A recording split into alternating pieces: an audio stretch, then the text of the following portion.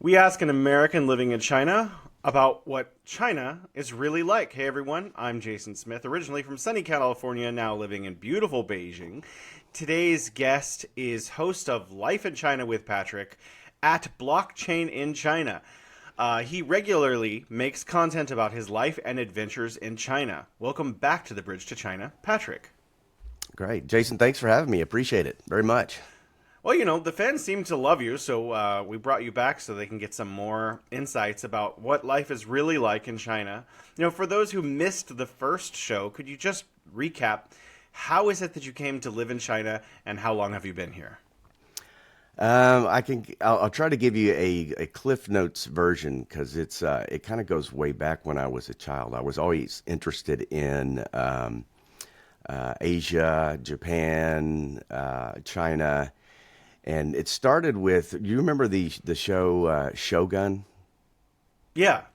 Okay, so that's kind of where it started. I was enthralled with the action that was in that show. It was kind of a little mini series that was on TV, and I liked the costumes, the outfit, the culture, and just over the years, I studied karate and a little bit of kung fu. So that's where it started. But really, where the journey began with China was back in 2018, 2017. I was doing voiceovers, still in doing voiceovers. I've got clients all over the world, and I was doing enough audio books, and I was generated enough royalties where I could do a little bit of travel. So I decided to take off 3 weeks and came out to China, Chongqing, China, for about 3 weeks, and just fell in love with the country, fell in love with the city. I mean, it's such a unique city. I mean, you've been here, I think, a couple of times before, haven't you?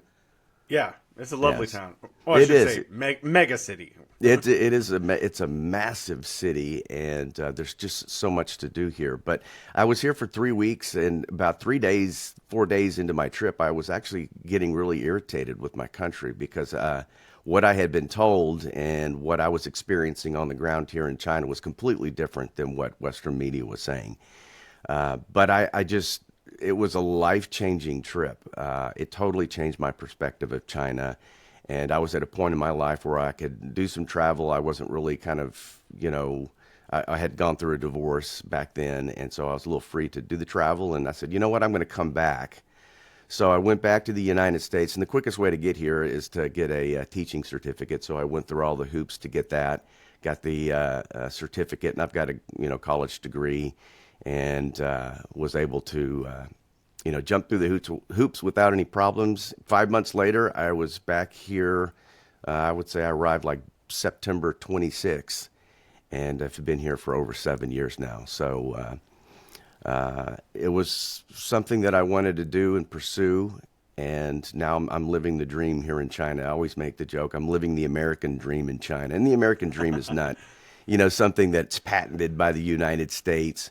It's something that everybody wants. They want to enjoy a good life and be able to afford to live, to travel, and to do things that they want to do. And China allows me to do that. Whereas if I were in the United States, I probably wouldn't be able to do the things and travel as much as I do. So that's it in the cliff notes. So The affordability thing really struck me because I was looking at the cost of houses on like Redfin or something like that. hmm I was scoping out California, Washington, Oregon, and oh my goodness, houses are much more expensive than when I left, like 5 times more expensive. I haven't looked at my childhood home, which is like about 3 or 4 times more expensive now as it was 15 years ago. I sometimes hmm just peek at it as like a barometer. So I think, the American dream is just, it exists, right? Owning a home, having a nice family, being able to take care of your family and enjoy your weekends and that kind of thing, play catch in the backyard, all that kind of stuff. The problem really is affordability in the United hmm States is out of control. Like, I mean, it's just, I think that may be related to crime and that all this other stuff too. If we could work on like the cost of living in the United Yeah, States, we could fix a lot of other problems. yeah. But may I ask you why? Because most people who come to China, they choose Shenzhen or they choose Beijing or they choose Shanghai, especially Shanghai. So like, how is it in 2017 you'd even heard of Chongqing? Well, remind me to address the cost of Yeah, we'll come housing. back around. Sure. Okay, I don't think I said this to you last time we had a discussion. So this is a confession here. I I had gone online and was looking at dating a Chinese. I had actually dated a Chinese woman from Beijing. She had a doctorate in engineering, so it's a very smart woman. And I dated her for about 3 years, and I loved everything about their culture and how they treated each other and how not in a negative way, but they're very compartmentalized. They take care of family. They put family on a pedestal, and mom and dad and the kids. I mean, they just all help each other out. So I really appreciated that. But we ended up breaking up, and so I was looking online and found a girl here in Chongqing, and I'd never heard of Chongqing. So I started doing some research, and I was dumbfounded that I never heard of it because it's a city that's got like 33 million people or 34 million people. I mean, the state of Texas has like 28 million, maybe 29 million. So just in a small area, there's a ton of people. That didn't, keep me from coming here because of the number of people, but I wanted to be different than everybody else. So that's why I came to Chongqing. But I had dated a girl. It was a long distance relationship, pen pal type of thing. And I said, you know what, I'm going to come out and meet you. And we met, and things didn't work out, but still fell in love with the city. And I said, this is where I'm going to come live for a while. And it was a short term thing. I didn't think I was going to come here and live for as long as I have. It just kind of turned into that. So I don't know if that answers your question, but that's how. Well, you wanted to talk about affordability. Do you want to touch on that now? Could you compare Yeah. what's going on in the United States in your opinion, and what is affordability like in China? Well, let me just talk about. So I was in the institutional investment industry, and I was making some good money, so we could afford to buy a nice house. This was with my ex-wife, and we bought a nice house. It was 5 bedroom. It had a game room. It was kind of your traditional southern looking house, although it was, relatively new. It had a nice pool in the back with waterfall, a nice big yard, Wow. probably, I forget how big it was, but it was close to about maybe a quarter of an acre. So it was a nice, and it was in a closed community. We had a golf course there. And when we bought that house, I bought it for about $275,000. And just recently, I went back and looked at the price of the house, and it was sold for about $850,000. It's probably worth more than that. It's probably worth over $1 million. I've got a brother that lived in California for a couple of years, and he bought a house. I think he paid maybe around 900,000, but he ended up selling it for 1.5 million, 1.6 million. And you've got these young couples and that want to buy a new house, and it's unaffordable. I mean, you can't afford a halfway decent house in a nice area, a nice safe area, without paying $500,000 and $600,000. I mean, I see all the time, as well as you on Twitter or X, people unable to even afford rent. I mean, rent for a 2 bedroom apartment is probably, depending where you're living, is 1,200 to 2,000 a month. And by the time you pay your rent or your house note, there's not a whole lot left over to do anything else. And I think Americans have come to accept that. Well, that's just the way that life is here. And somewhere else it's probably the same. It's probably the same way in other places, but in China, I'm telling you, it's not. I mean, we own 2 houses, and they're almost. This one that I'm in right now is paid for. The other one, we've got maybe 28,000 equivalent, $28,000 left to pay on it. So, I never imagined being able, within 6 or 7 years, being able to afford 2 houses. Now they are a little bit different. They're smaller. They're apartment. It's kind of like a condo type setup, but you know, I just don't know of. There's very few places, and I'm sure there are, but there's few places that I know of that you can uh, make, you know, less. Like I'm probably making less than $50,000, but the equivalent when you're talking about the cost of living here, the cost of health care, the cost of buying cars, houses. is way less. So I'm thinking my equivalent would probably be I'm making 225, 250,000 in the U.S. It's just that the power of the dollar, the power of the UN here is so much greater because things are so much cheaper. And Well, that's as I'd you like to add to that sure go because ahead. in the United States, what I've noticed is even small towns are really expensive. Obviously, if you look at big cities, San Francisco, Los Angeles, Seattle, Hmm. whatever, it's going to be really expensive to live there. But if you look at the small towns, like, the Modesto, Bakersfield kind of towns, it's also really expensive. I think one of the big differences with China is if you try to live in downtown Shanghai, yeah, it's also going to be like an American expensive kind of home. But if you go to any new first tier or second tier city, anyone can afford a home. It's like Hmm. they cost, 25 20 25% as much as the big cities, or even less than that. If you go to some small town, you could buy multiple homes for nothing. Like, so really, what this used to exist in America in the 1990s. You could go to a small town and you okay, great, no problem. You could afford a home there. And that's what they did. A lot of people lived in the suburbs outside of the big cities in the US, and they would commute in. But that still exists in China, where it doesn't exist in California or wherever in the United States. If you move to a small town, it's still really expensive. In China, if you move to, a second tier city, it is so much more affordable, and it changes your life, and life becomes completely affordable. If you live in like Beijing or Chongqing or Shanghai, on the outskirts of that city, inside of that municipality, but closer to the edge, it's really, really affordable, and you could Hmm. get a giant place for nothing. So I think, like, I certainly hope China doesn't fall into the same pattern that the United States has fallen into, where everything everywhere just becomes universally expensive. I think that's just kind of a natural progression, but I don't think it'll happen as quickly here as it has in like in the United States. I mean, it's you could when I first moved here, I got my first apartment actually had a mold problem, so I was able to get out of the contract as a result of that. I think I was only in there maybe 2 months. And then I found another apartment. And I was on the 31st floor. It was 3 bedroom. It had nice wood floors. The kitchen had kind of that southern. I mean, there was just wood everywhere, and I was attracted to that because it just reminded me of the United States. But it was a 3 bedroom, very large apartment, nice view.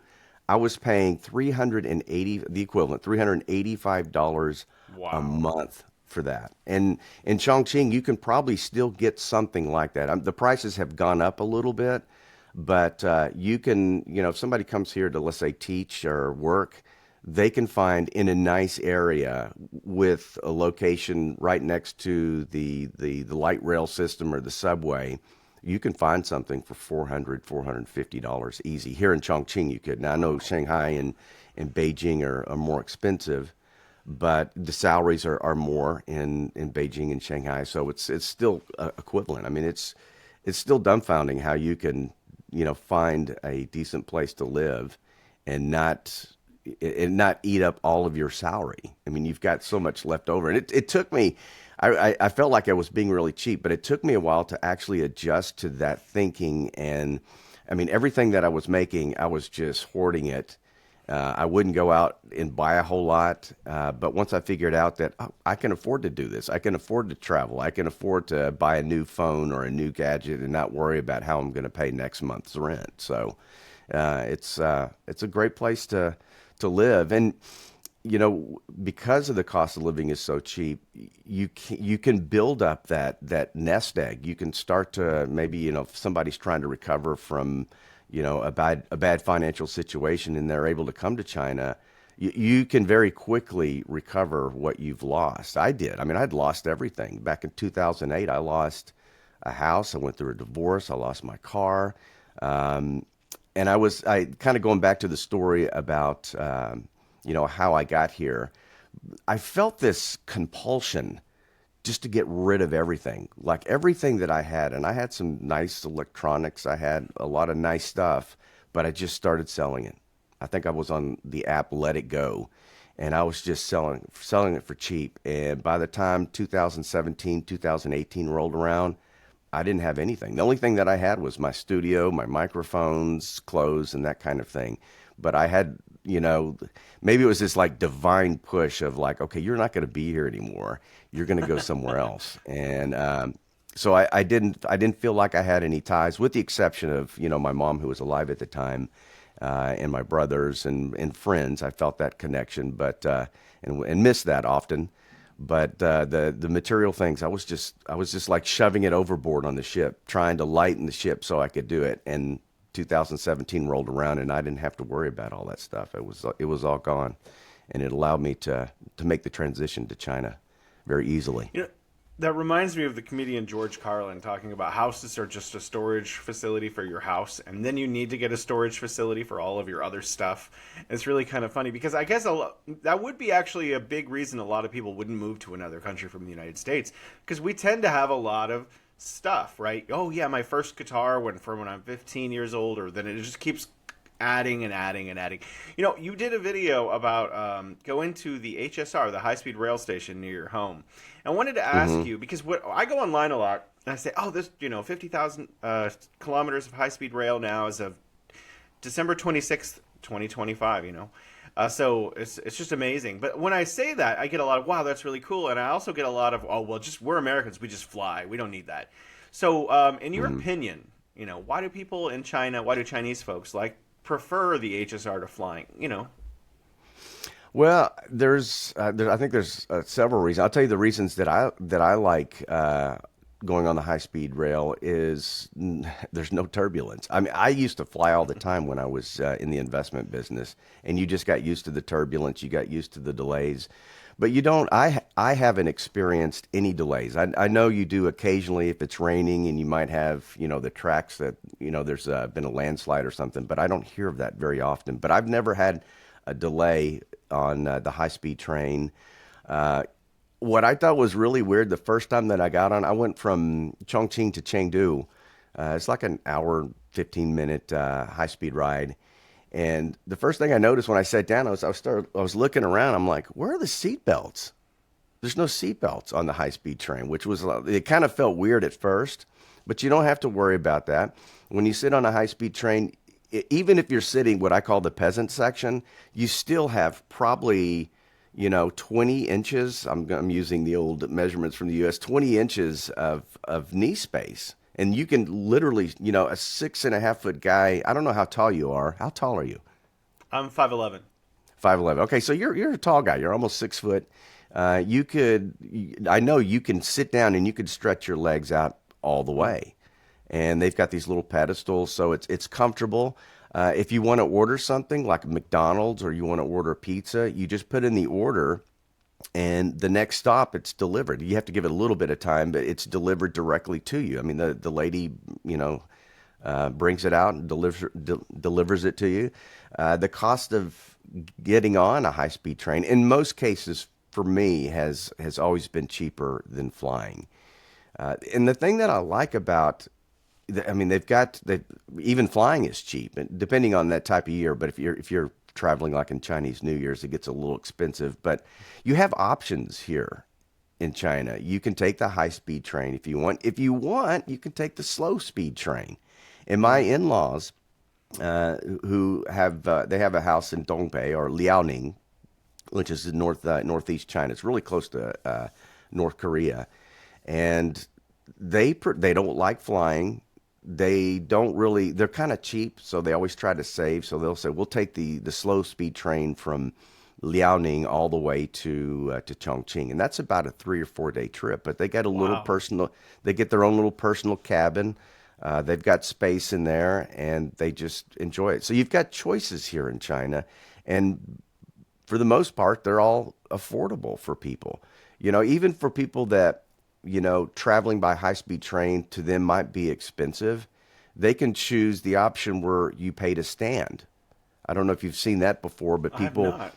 yeah, so you can buy a cheaper ticket, high-speed train ticket. So let's say, the people that use that are ones that are going from, they may have 2 stops to go and maybe a 20-minute ride or 30-minute ride. But I have seen people purchase that ticket to go from Chongqing to Chengdu, which is an hour and a half. Depending on which, some of the trains are faster on that route. So it can be anywhere from an hour and a half to, an hour. But I'll see them standing or sitting on their luggage Wow. yeah.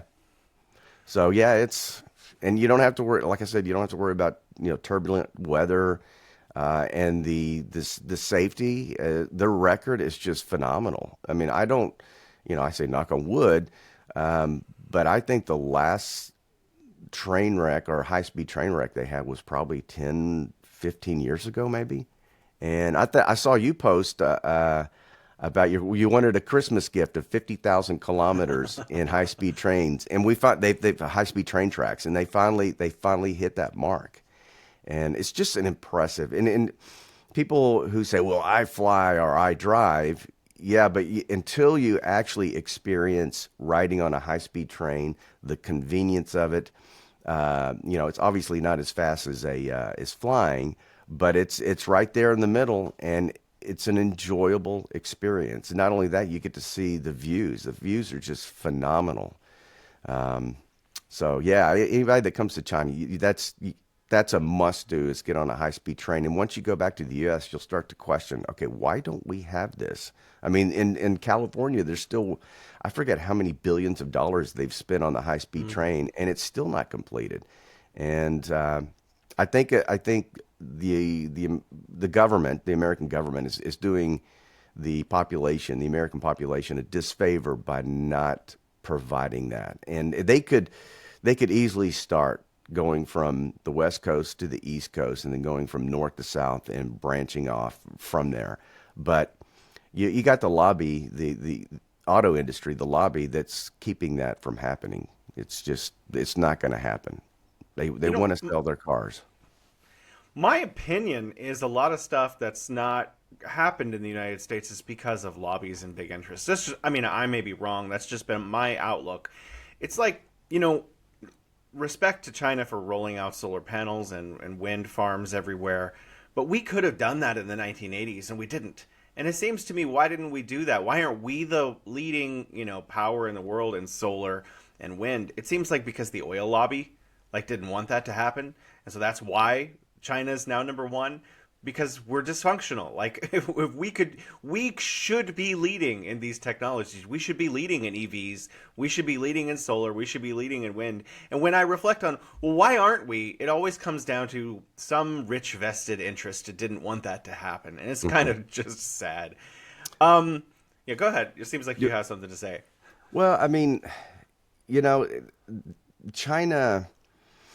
China has the advantage. I mean, you look at their manufacturing capability. They own the entire manufacturing process. I mean, from pulling it out of the ground. I don't know if you know this, but China is the largest importer of silver. I mean, they're going to South America and they're buying the Dorian. It hadn't been processed yet. So they're literally loading up ships and they're sending it back to China and processing it themselves. But like I said, from the ground to when the car drives out or when the robot walks out, whatever product it is, they own the entire process. So even if the U.S. wanted to do it, they can't. They shipped everything off and they closed all these factories down. They closed all these mines in California that they need to do some of the things that they wish they could do.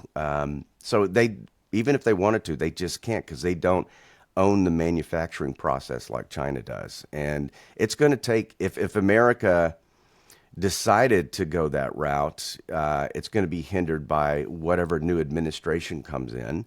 And it just rebuilding manufacturing is going to take at least 15 to 20 years. But even that, China is going to be 20, 30 years ahead of them because they own the entire process and they understand the importance of that and how it impacts the population, how it impacts their government, how it impacts their position within the world. So it's not going to happen. And America needs to realize that, and they need to say, okay, we're going to start building up manufacturing, but we need to pursue some peace. We need to pursue peace with China so that we can continue to buy these things for cheap and build up our infrastructure and build up our manufacturing. So, Yeah, I think we should be building up our manufacturing. I think a really big problem is And besides the cost of labor, what I mean is, there's a guy at Princeton named Kyle Chan, and there's another guy I know, Mitch Presnick at Harvard, and their big thing is for how to fix America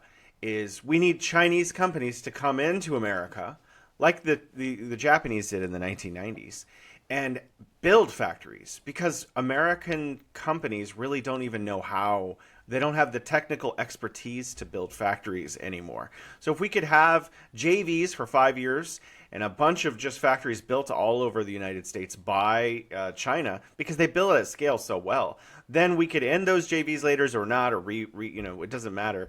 But then we would have all those factories because, for example, there's a solar power facility in Ohio, and it is a JV between a Chinese company, Longyi, and a U.S. company. It's Innovate USA or something like that, and they make solar using American workers for the American market, but they use Chinese technology. So I think we could do a lot of that. If we want to bring factories back, we should just be working with China to do that, and that's probably the fastest way to get manufacturing back in the United States. But unfortunately, like you mentioned, various political administrations have their own ideas about how to do things, and it doesn't seem to be working out. Let's talk about technology.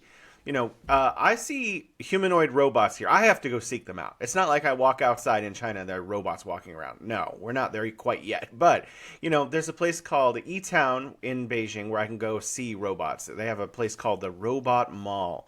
And there are humanoid robots here and there, and I've seen them in different venues when I go to special venues. Or if you go to hotels, you have the R2D2 kind of delivery robots.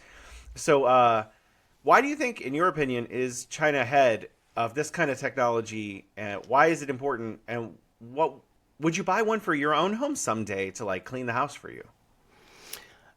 So let me tell you what I've seen. Some of the things that you had mentioned. Whenever we go to a hotel, every hotel that we've stayed in when we travel has always had one of those delivery robots where you put in your order, the delivery guy comes in, and the person at the front desk at the hotel, they'll take your food, put it in there, and the robot makes its way, and then it announces that it's arrived. And so I see that every time. I've seen some of the robotic street sweepers. We were in Shenzhen last year, and I saw a couple of those. I haven't seen any in Chongqing in my area, but I don't know if you know this, but there are over 450,000 registered robotics companies in China.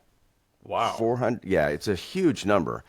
Humanoid robot companies are, I think, around 250. And then ones that are making robots like the one that you see with Tesla or Unitree, there's probably 150 of those. And I think there's an advantage to that, but there's also going to be a disadvantage because you'll probably see, I think over the next couple of years, some companies that just can't keep up with the technology and be competitive are going to probably go out of business. But like I said, 450,000 registered robotics companies, and some of them might be suppliers, some of them are, actually humanoid development. I just going back on my feed and looking at all the videos that were posted that I had bookmarked. I went back and looked at those, and the progression of how the things that they can do, the capabilities. You've seen videos of these things going on or on stage with a singer doing, synchronized flips and dancing, and it's all controlled and pre-programmed. But the capability of these robots is just amazing, and how is it Boston Dynamics has their own robot. It's kind of a big, large size robot. They were the first company to come out to develop a robot that could do flips and was very agile. But China, Unitree made them much smaller, much more agile to be able to do these flips and do, kung fu movements. And it's just amazing how much they are integrating not only the robotics, but also AI into that. So I can see, to answer your question, will I ever own one? I think eventually I will, because we're just that close. I mean, I think probably within the next 2 or 3 years, people in China will be able to buy a robot that will do your household chores. It'll be able to fix dinner. It'll be able to put up dishes. It'll be able to fold clothes. And they've already shown robots that are folding clothes and doing kind of that manual labor. But it's still not there where it's efficient and affordable. Like if you wanted to buy a Unitree robot, one of the smaller ones that you've probably seen at that the robotics mall, you're going to pay $15,000-$16,000. I mean, that's the cost of a car, and people are going to go, okay, That's do the I want to G1. Well, hang on. I just want to interrupt you. go There's ahead? one called the R1, and Okay. it's a little bit smaller, and it's $5,999. So, but I don't think it can't clean your house yet. It's just for entertainment. Yeah, yeah. I've seen that. We went to it wasn't a mall, but it was a little AI robotics display, and they had all these Unitree robots, and they were doing the boxing and fighting, and it was just amazing to watch. They haven't integrated AI into actual all these robots that are doing it's all pre-programmed stuff, or it's actually controlled by somebody. So I think, and this is what Tesla's doing, or what Elon's doing. He's integrating more of the AI with the robot, so it can like think for itself. And China's doing the same thing, but I don't think it'll be long before China is way past that. The other thing too is I think the Unitree, unless they've come out with a new one, the Unitree, the dexterity, they only have like 3 fingers, but the Tesla has 5 fingers, and that's kind of really what they're focusing on, because that's important to doing a lot of different things within the house or within a factory. So, but I don't think China's far off. I think in 2 years, 3 years, it'll be the point where, I think we're right at that critical mass where it's going to be accepted and it's going to be affordable and people are going to have it in their house, and it's going to make life a lot better. I really want one because I mean, this sounds like really weird, like a reason. I don't actually mind doing the chores. I want one so I can name it Rosie, like from the Jetsons, you know. Oh yeah, yeah. I could have then if I could get a flying car, then basically I could be like, okay, I made it to the Jetsons life, you know. So We're not far eventually, from that. We're not yeah, far from the flying car. I mean, exactly. I've seen they had a display here. I forget where it was at. Was it like North China or North Chongqing? And they had one of those flying car. Actually, it was a flying drone, but 2 people could sit in it. And they're now working on parachutes in those cars. So if they have the flying drones, so if they have any problems, the chute just comes out and they can land safely. I think the Cirrus jet has that. But they're putting it, so they're going to make it safe. They're going to make it affordable, and people are going to be able to fly, to the mall or fly to work, wherever it might be. So the progress is just, I use this word a lot, it's dumbfounding here. I mean, you see something new and you're like, I didn't know they had that. I'm really looking at this scale, looking forward to this scale, and the next 5 years is going to be so exciting in terms of all of these different kinds of technologies. Actually, I want to talk about EVs. I want to talk about America. Chinese EVs are amazing. They're not available in the United States. The United States has historically, at least for the last century plus, had a huge, car industry. Ford basically did it first at scale, and now that's in jeopardy. Do you think American car companies can catch up? Do you think that they're going to be able to do what China's doing now? In EVs, no. No, I mean, they've already capitulated. I mean, Ford has already capitulated. I just read that they were developing a Ford F-150 full EV, not a hybrid, and they gave up on that. And a lot of companies, I mean, they've literally spent billions of dollars to develop this, and it's failing. They decided that it's not something that's feasible, with their current system. And it has to do with their manufacturing. They don't have the capabilities and they don't have the technology to develop what China's doing. I mean, my wife and I, we've been looking for a new car for probably 2.5, 3 years. We have a Peugeot, and it's about a 10-year-old Peugeot. And I mean, it's still running. It runs fine, no problems. A few mechanical things here and there, but that's, talking about affordability, it's affordable to fix your car here and not get, your wallet get pillaged. So, but the cars here are amazing. I've looked at so many different EVs here. I've looked at the Neo. Let me talk about the Neo. The Neo is, that I know of, the only company that has battery swapping. And they probably have, from a sedan all the way up to, an SUV that will hold 7 people. But the technology when it comes to this battery swapping is just amazing. One of the biggest concerns people when they buy an EV, they're concerned about the battery going bad and having to replace it. Well, this solves the problem. If you have a Neo, you can just, let's say you're having problems with your battery. You can just go to the local swap station. We've got 3 or 4 around our house, and swap your battery. You just pull in. It looks like a garage where you're changing your oil, and it goes up. It pulls out the old battery and replaces it with a new battery, fully charged battery, and it does it within 3 minutes. I've watched this. I even filmed it. I haven't uploaded it yet, but I filmed it, and that's how fast it is. When it comes to traveling here in China, especially on a like Chinese New Year, you'll see lines and lines of people charging their car, and they've come out with this high speed charging that takes 5 to 10 minutes, but still you have to wait in the line. And you look at the Neo swapping station, people are just going in and out, and there's not a line, so you can change your battery very fast. It's very convenient.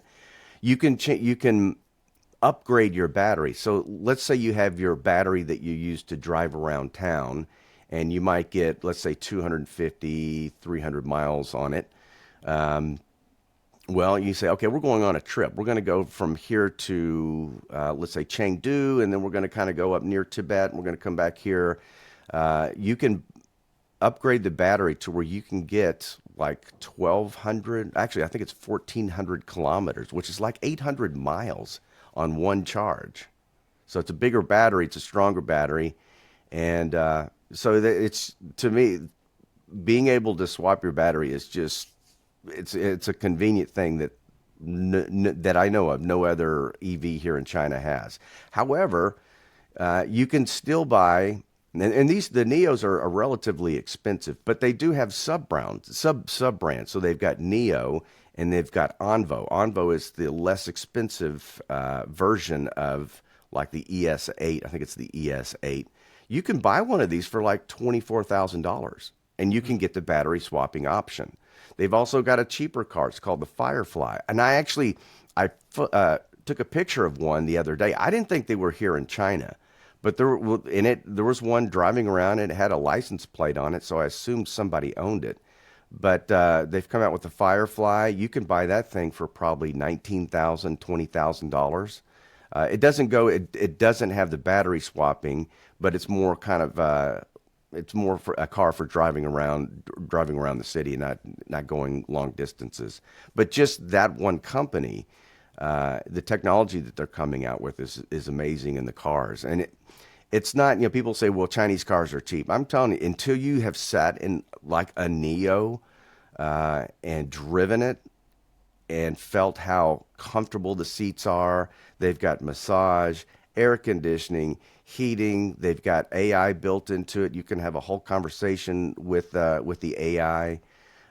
They've got seats so if you're a businessman and you're traveling around, and I'm talking about all EVs now. A lot of them have this, especially the SUVs. They have this lazy boy option where you can just push a button, and so if you're in the back passenger seat and you want to just lay down a little bit, take a nap between meetings, you can push the button, the front seat scoots up, and this one seat extends out like a lazy boy. And you can just take a nap there, and all the seats do that. And then they have, in the Neo, they've got screens that drop down. So if you're traveling with the kids, there's this large screen. It's probably, I don't know, the size of a large, iMac screen like I'm looking on right now.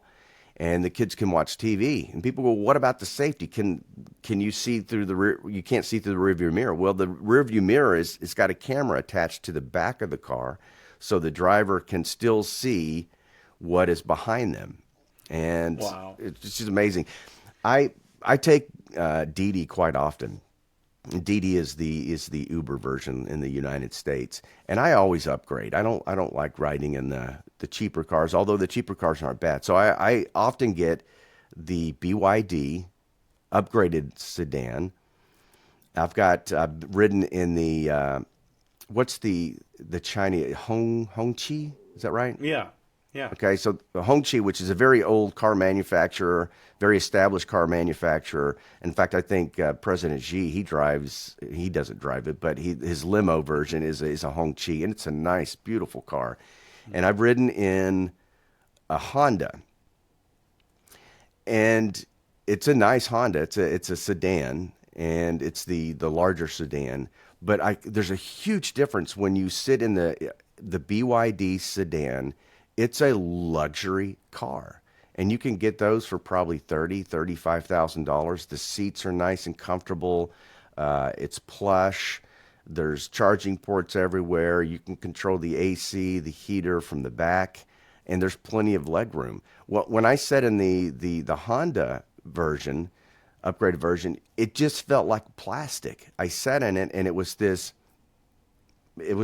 really fake leather, like you would see on some cheap furniture, and it really wasn't that comfortable. But all the Chinese cars that I have sat in, even some of the cheaper ones, are still well made. They're nice. They're comfortable. But the BYD whenever I get that, I'm like, oh, good. I'm glad I got that one instead of the Honda. It's just that much nicer. And in the Neo or the Li One, that's another. They don't have the battery swapping, but those cars, I've ridden in those cars several times. The Li One SUV, 7 seats. It's got the same options where you can, if you want to lay down like you're on a lazy boy, you can do that. It's just comfortable.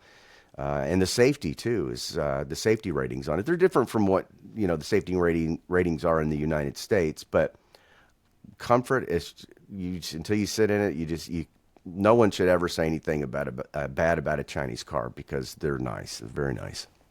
I've gone on Yeah, for too long. my experience has been very positive. My wife wants to switch cars to a Tank, which is a Chinese Jeep, but it's a really big thing. We're talking about it. Maybe get a used one. I want to switch up though. You posted about your experience going to the hospital. Now, I think you could easily compare most countries' medical experience to the United States and be like, wow, what is going on in the United States? It's too expensive. But you posted every December like clockwork. Brutal sinus infection knocks me flat. In China, I just pop into a local clinic. And you mentioned the total cost is $30, after all of your different procedures. So what do you think Americans can learn from how China does it? Or how does China do it? What's it like? Well, in America, when you're sick, like I just didn't want to go pay for the car, even if it was, I had a deductible and only paid $50 or $100. I just didn't do it. And when I did, I would always get, a prescription of, Zithromax, Z-Pack, and take that, take 2 the first day and then finish out the complete prescription. And it didn't always fix the problem. Here, as you know, they're much more apt to give you an IV. And at first I didn't like that. I'm like, why do I need to get an IV? But what I figured out with the IV is it hits you very quickly. It works. So, that post that you had mentioned, I went to the local clinic, and they did a test. They test me for the flu, and they test me for a viral infection. And it wasn't a viral infection. It wasn't the flu, fortunately. So they said, okay, we'll give you an IV. So it's usually, for me, every year, it's been 4 separate vials, the large vials of antibiotics. By the 4th one, when I walked in, my head was hurting, my nasal cavities were completely full, my eardrums, I couldn't pop my eardrums, I couldn't clear them. By the 4th one, it went, I literally heard a pop, and everything Wow. just drained out. And that doesn't happen all the time, but a couple of times it has, where I'm completely cleaned out. Now, was I 100%? No, I needed, it needed to cycle for 24 hours. But in 24 hours, I was 100%. I was back in the game. So you can get back to work quicker here. You can be back to making some money, and that's what I was able to do. And I like that. The other thing, I don't think. How long ago was it that we did our interview? Was it like 6 months ago? Maybe, yeah. Okay, so I don't know if I told you about my other hospital experience. So I'm a little bit older, and I was really tough on my back. I did a lot of sports, skiing. I had skiing accidents, twisting ankles. So my body is now not enjoying the benefits of my sports, very active life when I was younger. So my wife and I, we went up to Liaoning. Our family went up to Liaoning to spend some time with her family up there, and we took a 4 hour flight. Well, I don't know what it was on that flight, but I just sat wrong for too long. I didn't get up like I should have. And so I had a slip disc in my lower back, and it was very, very, very painful. So we went to the doctor and we walked in immediately and we saw a spine doctor, a back doctor, within probably 15 minutes. They sent us over to get an X-ray and a MRI, not a CT, and they determined that it was a slip disc and that I just needed to rest. Well, we walked out of there, uh, and it was in Liaoning, which is maybe a third tier city, so it's even cheaper there. Everything with pain meds, with the X-ray and the MRI, we probably paid about $85, but we got it done within an hour and a half. Wow. Yeah, so you can't hold on. My cat's going in my electronics. Don't go that way, cat. I say my cat, my kid's cat. So yeah, you just can't do that in the United States. I mean, in Europe, people are having to go on a wait list. I saw a girl post on X where she was having some headaches and they thought it might be some kind of tumor or something, and she can't get this MRI or CT scan, whatever it is that she needed to get. She had to go on a waiting list for several months Wow. into 2026. Here, you go in. You're sick, you go in, Mm. and it gets done. It's very efficient. It's very fast, and I've noticed this. So I went probably last month just to kind of get a blood test and all that kind of thing. So I walked into this new hospital in here in Chaiyuan. It's Chongqing First Medical Hospital, I believe, and it's a new hospital. Soon as I walked in, they I had this lady walk up to me and she spoke broken English, but she says, "Can I help you?" And I was able to, talk a little bit in my Chinese and then use Google Translate. And she literally took me from the entry to, she helped me register. She took me up to where the doctor is. She told me how long I had to wait and what number I was. And not because I was a foreigner, I'm sure that helped, but I saw her do that with, some of the older folks that were coming in and their service level, that they weren't doing this before. But last month when I went in, or 2 months ago, they were offering this new service, and the service is just amazing between the service and the efficiency. So when I went in, she took me up there. I had, my consultation with the doctor. They said, okay, you need to do this, this, and this. Here's a prescription for this. And I went downstairs and I paid for the prescription, which was 15 kwai. So that's what 15 kwai is, maybe like a couple of dollars. $2. Yeah. Yeah, $2. And then they entered the order. They shot it over to the pharmacy. She says, you need to walk over there, give them this ticket. And I paid for my medication and was out within an hour and 20 minutes. Where if you go in the United States, you go to an emergency room, I mean, you might be there 5, 6, 7, maybe 10 hours. I've seen horror stories of people being in there for a long time, just trying to get some minor issue fixed. Hmm. Um, Well, let's move on. I mean, that's a that, lot of information. I still yeah. want to ask you at least a couple more questions, and we don't have a lot of time. So I want to ask you about the social credit score because a lot of people outside of China are saying crazy things about what's going on in China. You're an American, so let's put this on the record. I've actually seen some accounts claiming there's like millions of homeless, and because their credit score went down, someone jaywalked or said the wrong thing on their social media, and they can't go into their own house anymore. So, would you see a lot of homeless people, and what do you know about the social credit score? And have you heard of any of your friends have lost their ability to travel because of mundane things? No. So Let me talk about the homeless. So I've been here over 7 years, and I've seen less than 10 people, 10 homeless people in my entire time being here. And especially lately, I have not seen any homeless people. And I've heard people on X say, well, they take them off and they put them in jail or they put them in institutions. Well, it might be the case with some people that have some mental issues, but as you know, what they try to do is they try to reunite them with the family. If the family lives up in some other city, then they try to reunite them so that they can take care of them.